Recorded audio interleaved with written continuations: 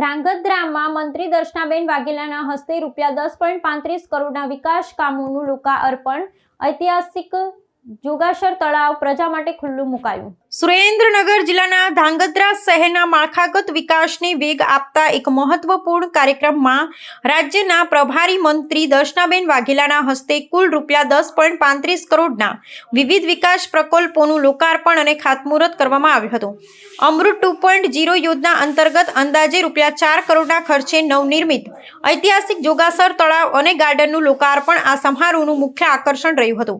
આ ઉપરાંત મંત્રીએ સ્વચ્છ ભારત મિશન અને મુખ્યમંત્રી શહેરી વિકાસ યોજના હેઠળના અન્ય ₹6.35 કરોડના કામોનું ખાતમુહૂર્ત કરી શહેરને આધુનિક સુવિધાઓની ભેટ આપી હતી. આ પ્રસંગે જનસભાને સંબોધતા મંત્રી દર્શનાબેન વાઘેલાએ ધ્રાંગધ્રા નગરપાલિકાનો બ વર્ગમાંથી અ વર્ગમાં સમાવેશ થયો હોવાની મહત્વની જાહેરાત કરી હતી, જેને કારણે ભવિષ્યમાં શહેરને વધુ ગ્રાન્ટ મળશે અને વિકાસની ગતિ તેજ બનશે. મહારાજા રણમલસિંહજી દ્વારા નિર્મિત જોગાસર તળાવના નવીનીકરણને બિરદાવતા તેમણે જણાવ્યું હતું કે આ સ્થળ હવે નગરજનો માટે આસ્થા અને પ્રવાસનનું કેન્દ્ર બની રહેશે. તેમણે નાગરિકોને અપીલ કરી હતી કે સરકાર દ્વારા કરોડોના ખર્ચે તૈયાર કરાયેલી આ જાહેર સંપત્તિની જાળવણી ઘરની ચીજવસ્તુઓની જેમ કરવી જોઈએ.